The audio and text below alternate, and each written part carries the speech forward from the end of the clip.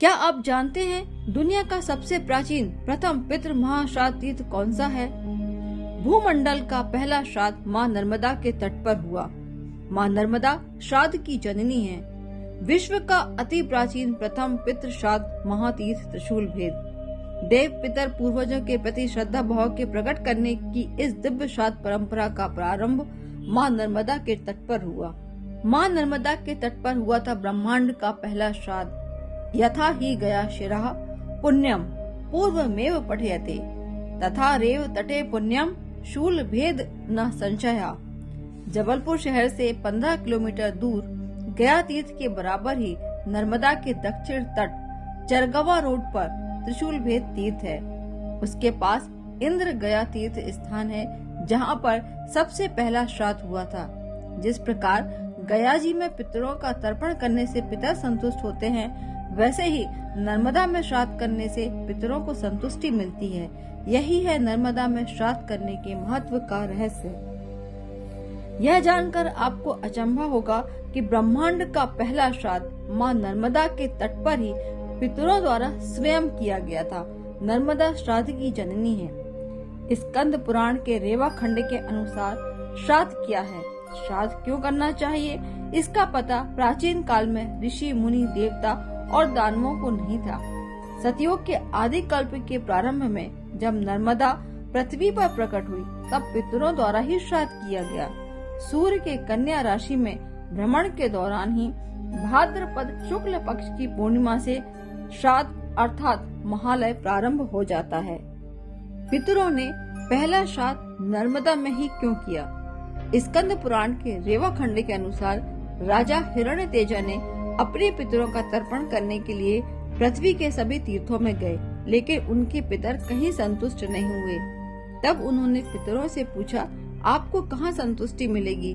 तब पितरों ने कहा, हमारा तर्पण माँ नर्मदा में ही करें। राजा पुरुरवा ने भी नर्मदा तट पर आकर अपने पितरों का तर्पण और यज्ञादि धार्मिक अनुष्ठान किए।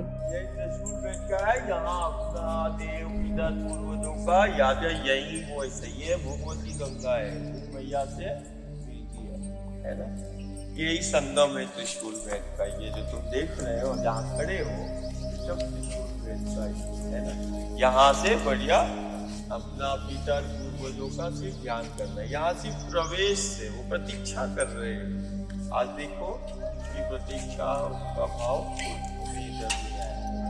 बस इनको याद कर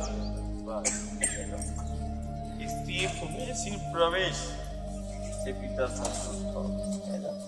न जाने की स्कूल और कितनी पीढ़ियों से वो प्रतीक्षा कर रहे हैं कि हमारा कोई कुल और वंश का कोई इधर आएगा, है ना।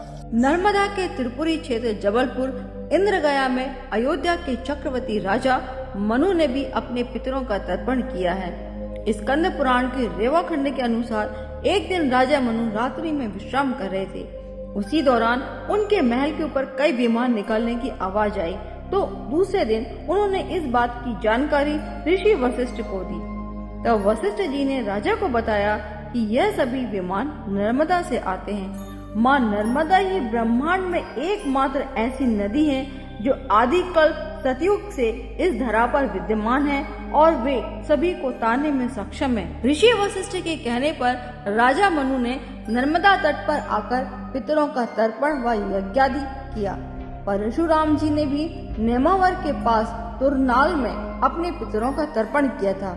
गुजरात के चाणोद अमरकंटक के पास आरंडी संगम में भी इसका विशेष महत्व है। स्कंद पुराण में इस बात का स्पष्ट उल्लेख है कि नर्मदा में श्राद्ध करने से पितरों को विशेष संतुष्टि मिलती है। पौराणिक मान्यताओं के अनुसार नर्मदा नदी में पिंडदान एवं पितृ तर्पण करना गया के फल्गु नदी से 16 गुना ज्यादा फलदायक होना बताया गया है। स्कंद पुराण के रेवा खंड के अनुसार नर्मदा नदी में अनेक स्थानों का महत्व है। पितृपक्ष के अवसर पर जो अपने पितरों को इस स्थान पर जाकर पिंडदान व तर्पण करता है, उसे और कहीं जाने की आवश्यकता नहीं रहती है और इसका कई गुना फल भी प्राप्त होता है।